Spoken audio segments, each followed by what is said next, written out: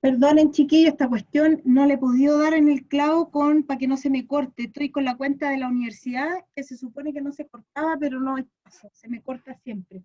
Así que mil disculpas, pero bueno, ya lo tenemos ahí medio calibrado el procedimiento. Entonces les decía yo, déjenme compartirles la pantalla nuevamente. ¿Dónde tengo? Oh, lo perdí. Ahí está.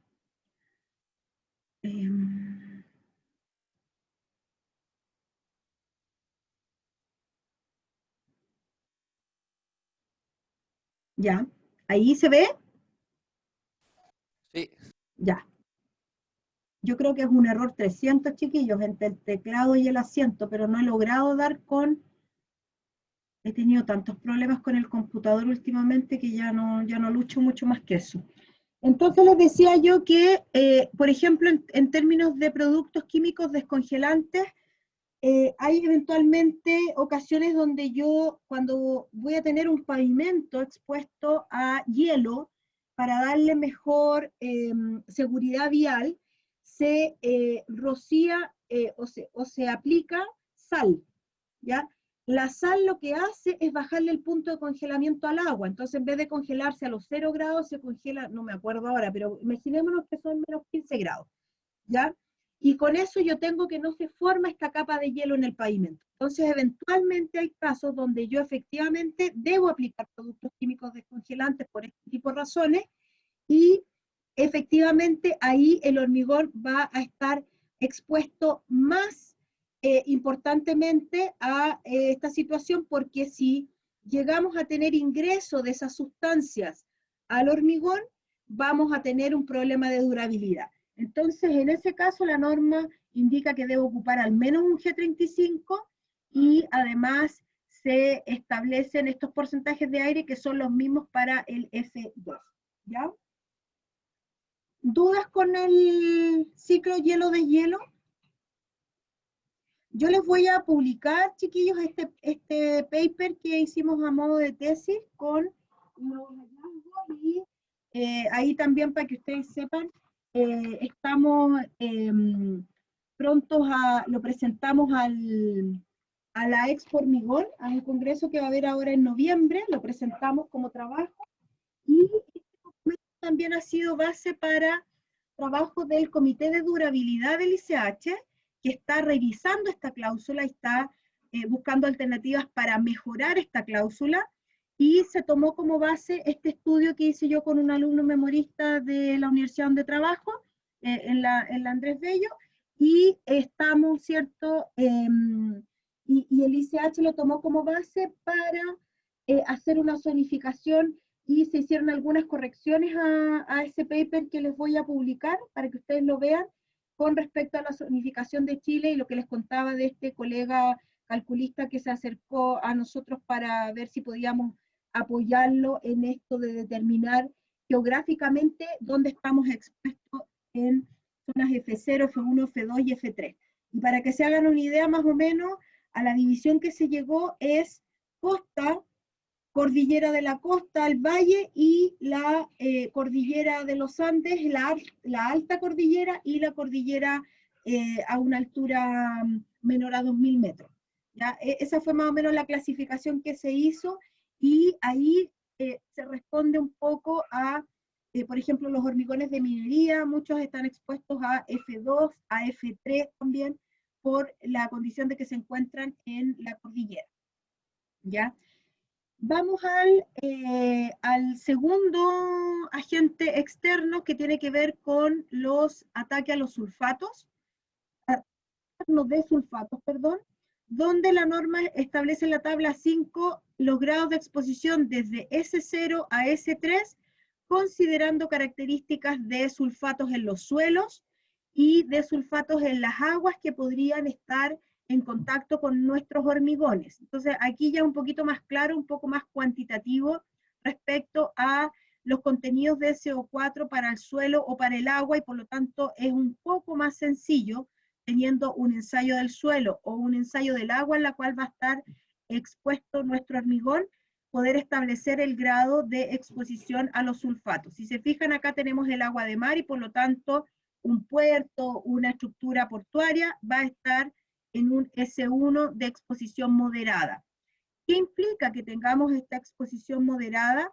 Implica que primero tenemos que pedirle el requisito al cemento. El cemento debe cumplir para un S1 que tenga una expansión entre 0, perdón, de máximo 0,1% a los 6 meses, ¿ya? Y que además el cemento tenga un porcentaje de silicato, de aluminato tricálcico de acuerdo al grado de exposición en este porcentaje.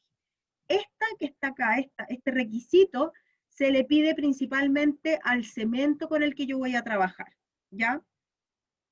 Con eso me voy a la siguiente tabla donde se establece, y vamos a seguir con el mismo ejemplo del S1, dice la norma que se establecen requisitos que deben cumplir el hormigón según grado de exposición, y para cada grado de exposición el hormigón debe cumplir con el requisito de resistencia mínima especificada, que está en esta columna, ¿sí?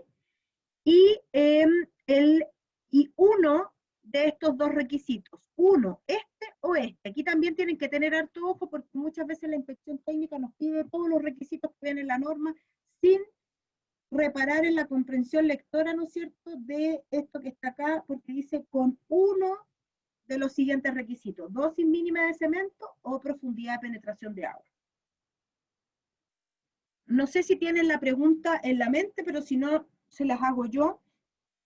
¿Cuál es la diferencia de especificar por dosis mínima de cemento o de especificar por profundidad de penetración de agua? Básicamente, esta especificación responde a un modelo conservador de irse a la segura. Aquí estoy resguardando la mezcla, o sea, la mezcla es tan buena que bajo ningún punto va a favorecer el problema del ataque externo a los sulfatos. Y en este de acá está más asociado a un proceso constructivo que acompaña a la mezcla. Es decir, aquí, si mi requisito es este, lo debo medir con los testigos, ¿cierto? Como les mostré cómo era el ensayo, más el grado, ¿cierto? Pero aquí voy a tener por defecto o implícitamente condiciones de compactación, ¿ya? Porque tiene que quedar bien compactado el elemento para que podamos obtener, ¿cierto?, estas profundidades de penetración de agua. Esta se llama por desempeño, es decir, yo le exijo al hormigón que cumpla determinado desempeño, y esta se llama por prescripción, es decir, yo le exijo una dosis mínima de cemento y me voy a la segura y me olvido del tema, ¿ya? Por lo tanto, aquí también es el proyectista el que nos dice cuál de estas dos características va a acompañar a la resistencia mínima especificada para cada grado de exposición, ¿ya? Si a mí el cálculo estructural mecánico, me refiero a carga, sismo, viento, nieve, me da un G, en este caso un G17 para el S1, no puedo usar un G17 porque el grado mínimo es G25. Y dependiendo de si la especificación es por prescripción o es por desempeño, voy a establecer una dosis mínima de 320 kilos de cemento por metro cúbico o una profundidad de penetración de agua de a lo más 40 milímetros, ¿ya? Si a mí me preguntan, esta es mucho más optimizada, porque aquí da lo mismo la dosis de cemento que yo genere, siempre y cuando, y aquí a lo mejor ustedes todavía no se ven enfrentado a este dilema, pero en obra muchas veces pasa que todas las soluciones que da la obra es ponerle más cemento al hormigón, ¿ya? De hecho, hay muchas veces discusiones que tienen que ver con un cuestionamiento al suministrador de hormigón, porque la constructora quiere colocarle más cemento y la hormigonera quiere colocarle menos cemento, ¿ya? El negocio de la hormigonera es colocarle menos cemento porque salen más baratos los hormigones, pero nosotros deberíamos favorecer el uso de dosis de cemento óptimas, no de más, no colocarle por colocarle. ¿Por qué? Porque tenemos riesgo de fisuración por el calor de hidratación que se genera en el hormigón, y eso finalmente también atenta con la impermeabilidad del hormigón, porque si tengo mucho calor, lo vamos a ver más adelante, el hormigón se fisura, Si se fisura, igual va a ser permeable. Y por lo tanto, lo que yo requiero es usar dosis de cemento óptimas que me permitan cumplir la resistencia, cumplir la compacidad, cumplir las condiciones de bombeo y cumplir la profundidad de penetración de agua. ¿Dónde podríamos tener mayores problemas? En los hormigones de grados bajos, G17, G25, porque son hormigones que se logran en términos de resistencia con poco cemento, ¿ya? Entonces, un G25 con 320 kilos de cemento no es un G25. Con los cementos chilenos, más o menos con 320 estamos hablando de un G30, ¿ya? Entonces, en el fondo es como una redundancia mal entendida el aplicar esta, esta especificación, ¿ya? ¿Les quedó claro, chiquillos, lo de la prescripción y y el desempeño? ¿Y lo de los sulfatos?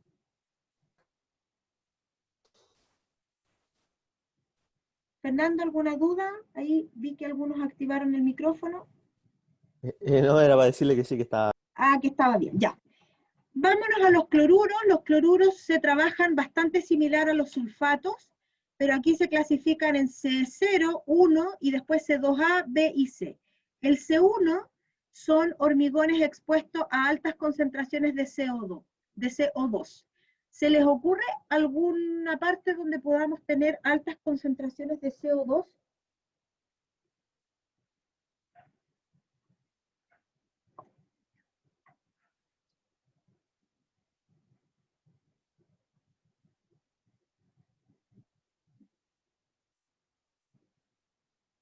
¿Hola? ¿A alguien se le ocurre? ¿Tuberías de alcantarillado, tal vez? ¿Ya? Podrían ser tuberías de alcantarillado, podrían ser a lo mejor hormigones que están en algún proceso industrial, los túneles, ¿cierto? Con la emisión de los tubos de escape de los vehículos, las ciudades muy contaminadas también tienen altas concentraciones de CO2, ¿ya? Por lo tanto, el C1 tiene que ver con el CO2, con la contaminación, con los gases de efecto invernadero, con toda esa área, ¿ya? Y el C2 tiene que ver directamente con los cloruros que yo pueda tener en suelos, cloruros que pueda tener en aguas, cloruros que pueda tener en alguna sustancia específica donde se va a enfrentar el hormigón. Entonces, el C0 es nada, no tiene ningún requisito especial. El C1 es por contaminación o CO2 o altas concentraciones de CO2, y del C2 en adelante, o sea, todos los C2 tienen que ver con propiamente la concentración de cloruro, ¿ya? Y se trabaja igual que en el caso de los sulfatos, donde se establece un grado mínimo de acuerdo al grado de exposición, más alguno de estos dos elementos, ya sea la dosis mínima de cemento por prescripción o la profundidad de penetración de agua por desempeño, ¿ya? Finalmente, tenemos el caso de los hormigones de baja permeabilidad. Vamos a leer el P2, que dice hormigón en contacto con agua, que requiere baja permeabilidad y existe posibilidad de ataque químico no considerable a subcláusulas anteriores. ¿Se imaginan algún hormigón expuesto o que requiera baja permeabilidad, pero que esté, digamos, con alguna exposición química ni de sulfatos ni de cloruros? Así, abuelo pájaro, ¿cuál se les podría ocurrir a ustedes?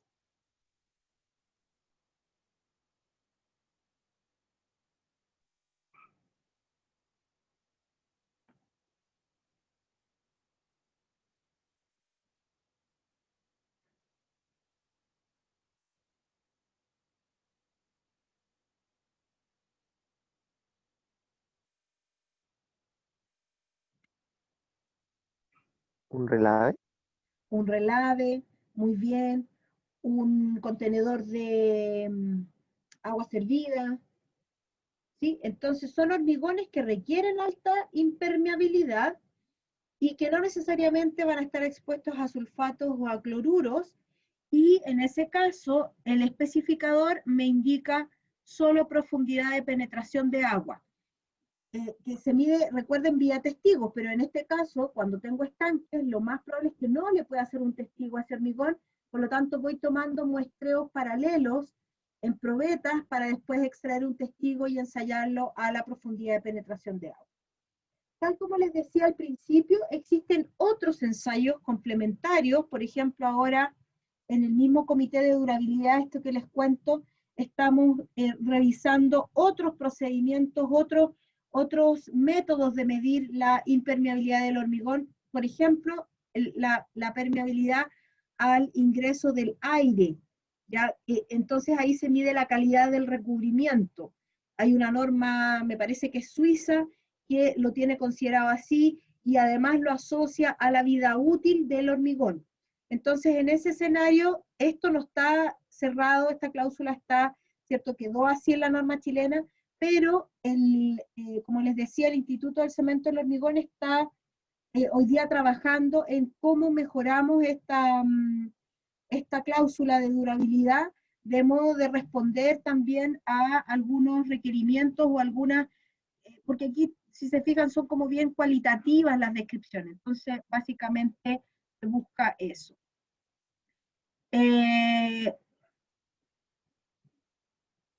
Eso con respecto a la durabilidad, chiquillos. La norma además contempla, eso ya lo habíamos visto, lo que tiene que ver con la clasificación en términos de resistencia.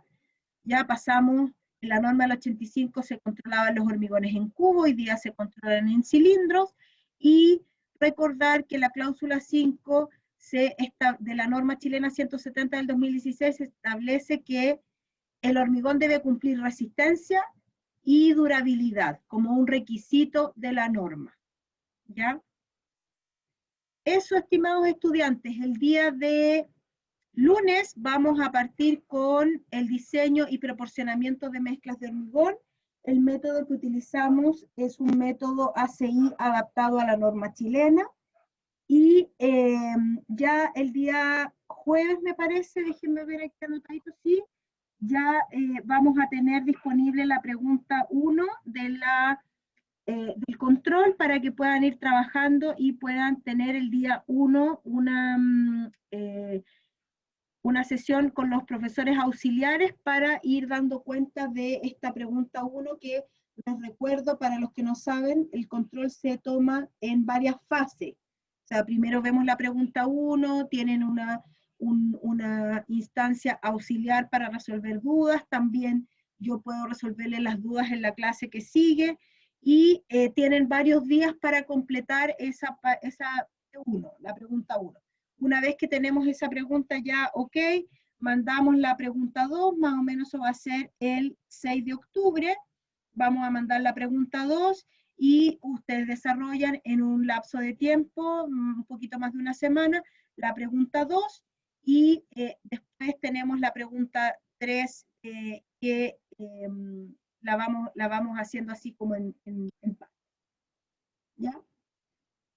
Bueno, jóvenes, si no hay más consultas, no sé si alguien quiera preguntar algo, si le quedó claro el capítulo de durabilidad, pueden ver el link que les mandé en la PPT al principio, es un video que dura cerca de 10 minutos que tiene que ver con durabilidad, y también tienen como consulta la lectura de la norma 170 del 2016 en su cláusula 6, que habla también y aborda este tema.